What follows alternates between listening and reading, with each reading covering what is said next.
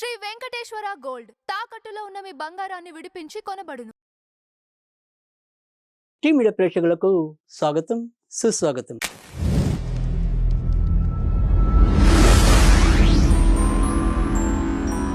దినదర్శిని కార్యక్రమంలో ఆగస్టు 27వ తారీఖు బుధవారం ముందుగా మన ప్రేక్షకులందరికీ కూడా వినాయక చవితి శుభాకాంక్షలు. ఈ వినాయక చవితి వారందరి ఇళ్లలో కూడా మరి సర్వ విఘ్నాలు తొలగించి అన్ని రకాలుగా వారికి ఆరోగ్య ఔశ్వర్యాలు లభించాలని మనస్ఫూర్తిగా కోరుకుంటూ ఈరోజు మరి పంచాంగం ఫలితాలు పరిహారాలు ప్రత్యేకతలు కార్యక్రమంలో సూర్యోదయం 6 గంటల 5 నిమిషాలకు, సూర్య అస్తమయం సాయంకాలం 6 గంటల 30 నిమిషాలకు. ఇక చవితి మధ్యాహ్నం 3 గంటల 44 నిమిషాలకు వెళ్ళిపోతుంది. తదనంతరం పంచమి వస్తుంది. ఇక చిత్త ఈరోజు పూర్తిగా ఉంటుంది.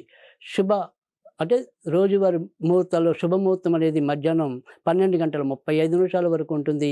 తదనంతరం మనకి శుక్ల యోగం అనేది ఉంటుంది. బ్రహ్మముహూర్తం తెల్లవారుజామున 4 గంటల 32 నిమిషాలకు ప్రారంభమై తెల్లవారుజామున 5 గంటల 19 నిమిషాల వరకు ఉంటుంది. అభిజిత్ లగ్నం అనేది ఈరోజు బుధవారం కనుక ఉండదు.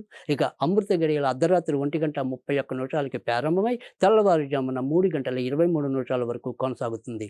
విజయ ముహూర్తం అనేది మధ్యాహ్నం 2 గంటల 22 నిమిషాల నుంచి మధ్యాహ్నం 3 గంటల 11 నిమిషాల వరకు ఉంటుంది. ఇక వర్జం మధ్యాహ్నం 2 గంటల 57 నిమిషాలకు ప్రారంభమై మధ్యాహ్నం 4 గంటల 44 నిమిషాల వరకు ఉంటుంది. దుర్ముహూర్తం అనేది ఉదయం 11 గంటల 53 నిమిషాల నుంచి మధ్యాహ్నం 2 గంటల 42 నిమిషాల వరకు ఉంటుంది.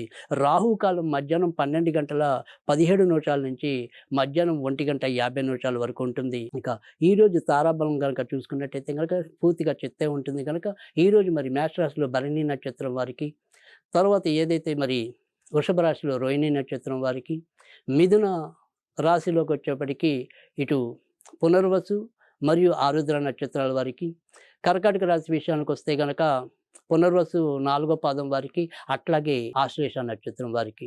ఇక సింహరాశి విషయంలోకి వస్తే కనుక అక్కడ పుబ్బ నక్షత్రం వారికి అనుకూలత ఉంటుంది. కన్యా రాశి విషయానికి వస్తే కనుక ఏదైతే హస్త నక్షత్రం వారికి ఎక్కువ అనుకూలత ఉంటుంది. తులారాశి విషయానికి వస్తే కనుక ఇటు విశాఖ మరియు స్వాతి నక్షత్రాల వారికి అనుకూలత ఉంటుంది. వృశ్చిక రాశి విషయానికి వస్తే కనుక జ్యేష్ఠ నక్షత్రం విశాఖ 4వ పాదానికి అనుకూలంగా ఉంటుంది. ధనుర్రాశిలో కేవలం పూర్వాషాఢ నక్షత్రం, మకర రాశిలో కేవలం రోహిణి నక్షత్రం, మరి కుంభరాశిలో పూర్వభాద్ర శతభిష నక్షత్రాలకు, అలాగే చివరిదైన మీనరాశిలో కూడా రేవతి నక్షత్రం పూర్వభద్ర 4వ పాదం వారికి అనుకూలం. ఇక ఈరోజు దినఫలాలు కనుక చూసుకున్నట్టయితే కనుక మేషరాశి వారికి ఈరోజు ఏదైతే మరి ఆరోగ్య విషయంలో కొంతవరకు జాగ్రత్తగా ఉండాలి. రక్తానికి సంబంధించిన విషయాలు అంటే గాయాలు తగిలించుకోవటం కానీ, లేదా బీపీ, ఐబీపీ, లో బీపీ ఉంటే అవి హెచ్చు తగ్గులు అవుతూ ఉండటం కానీ, ఇలాంటి విషయాలు అంటే రక్తానికి సంబంధించిన విషయాల్లో కొంతవరకు ఇబ్బందులు పడడానికైతే ఉంటుంది. ఎక్కువ శాతం అయితే కనుక ఆనందోత్సవాలతో ఈ పండుగను చేసుకోగలుగుతారు. వృషభ రాశి వారైతే కనుక ఈరోజు మరి కొత్తగా పెళ్లి చేసుకోవాలి అనుకునే వాళ్ళు పావులు కదలటానికి అనుకూలం. షేర్ మార్కెట్ స్పెక్యులేషన్స్కి దూరంగా ఉండటం అనేది అవసరం. ఇక ఈరోజు పిల్లలతో మీరు పండగ సంబరాన్ని ఎక్కువగా చేసుకోగలుగుతారు.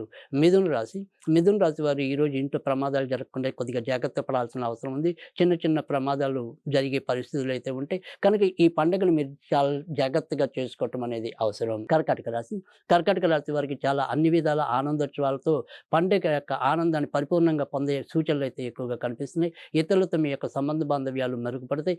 ఎక్కడ ధైర్యంగా ఎలాంటి నిర్ణయాలు తీసుకోవాలో అలాంటివి తీసుకుని అందరికీ ఆనందాన్ని కలిగిస్తారు. ఇక సింహరాశి వారికి అయితే కనుక ఈరోజు ఆర్థిక వ్యవహారాలు ఎక్కువవుతాయి. పండగని మీరు మరింత దోబరాగా చేసుకునే పరిస్థితులు అయితే లేకపోలేదు. ఇతరులతో మీ యొక్క సంబంధ బాంధవ్యాలు మెరుగుపడతాయి. కన్యారాశి వారు ఆరోగ్యం జాగ్రత్తగా చూసుకోవాలి. ఏదైనా సరే కొద్దిగా వేగం తగ్గించుకుని ఒక రకమైన నియంత్రణ లోపిస్తే కనుక ఈ పండుగలో ఏవైనా సరే చిన్న చిన్న పొరపాట్లు జరగడానికి అవకాశం ఉంది. తులారాశి వారికి అయితే కనుక ఈరోజు మీరు కూడా ఆడంబరాలతో మరి ఈ పండగ చేసుకుంటారు. అలాగే పండగ చేసుకోలేకపోయినా కూడా పండగ చేసుకునే వాళ్ళకి ఇతోధికంగా సహాయ సహకారాలు అందించడానికి కూడా ముందుంటారు. మొత్తం మీద పండగ కొద్దిగా ఖర్చులు మీకు పెంచుతుందని అర్థం. వృశ్చిక రాశి వారికైతే గనక ఈరోజు ఎక్కువ శాతం మంచి ఫలితాలున్నాయి. శారీరకంగా కొంతవరకు చిన్న చిన్న ఇబ్బందులు ఉన్నప్పటికీ కూడా మానసికంగా ఉల్లాసభరితంగా, సంతోషభరితంగా ఈ యొక్క పండుగని ఆస్వాదించగలుగుతారు. ధనుర్రాశి వారికైతే గనక ఈరోజు ఖర్చులు అధికంగా ఉన్నప్పటికీ మీరు కూడా పండగని పూర్తిగా ఆస్వాదిస్తారు. అలాగే స్నేహితులతో, బంధువులతో మనస్ఫూర్తిగా గడపగలుగుతారు. మకర రాశి వారికి మొదట పండగ కొద్దిగా ఇబ్బందికరంగా ప్రారంభమైన తర్వాత వాతావరణం మీకు అనుకూలకంగా మారటం అనేదైతే ఉంటుంది. మొత్తం మీద మిశ్రమ ఫలితాలు పొందుతారు. కుంభరాశి వారు ఆర్థిక విషయాల్లో కొంతవరకు జాగ్రత్తగా ఉండాలి. మరీ హెచ్చులకి పోయి ఖర్చులు పెట్టుకోకుండా ఉండటం అనేది అవసరం. ఏదైనప్పటికీ కూడా జీవిత భాగస్వామి యొక్క ఏదైనా రహస్య ప్రవర్తన మీకు కొంత ఇబ్బంది కలిగించడం. అయితే పండగ దాన్నన్నింటిని పక్కన పెట్టి మీరు ఏదైనా సరే పండగని ఓర్పు పట్టి చేసుకోవటం అనేది అవసరం. మీనరాశి వారికైతే గనక ఈరోజు ఆర్థిక వ్యవహారాల్లో కొంతవరకు బాగానే ఉన్నా ఏదైనా సరే రోజు గడిచిన అంటే పండగ అయిన తర్వాత నుంచి కొంత ఇబ్బంది పడే సూచనలు అయితే ఎక్కువగా కనిపిస్తున్నాయి. కనుక కొంత జాగ్రత్తగా ఉండటం అంటే అటు ఆరోగ్య విషయంలో అవ్వచ్చు, ఇతరులతో మీ యొక్క సంబంధ బాంధవ్యాలు అవ్వచ్చు, కొంతవరకు జాగ్రత్తగా ఉండటం అనేది అవసరం. ఇక ఈరోజైతే ఏదైనప్పటికీ కూడా అందరికీ తెలిసిందే వినాయక చవితి. మన ప్రేక్షకులకు మరోసారి వినాయక చవితి శుభాకాంక్షలు. ఈరోజు అందరూ ఎలాగో వినాయకుడికి చేసుకుంటారు, వినాయకుడికి చదువుకుంటారు. కనుక మనం దాని గురించి ప్రత్యేకంగా చెప్పటం లేదు కానీ ఓం సౌమ్యాయ గం గణపతియే నమః, ఓం సౌమ్యాయ గం గణపతియే నమః అనేది కూడా ఈరోజు చదువుకున్నట్టయితే కనుక మంచి ఫలితాలు రావడానికి అవకాశం ఉంటుంది.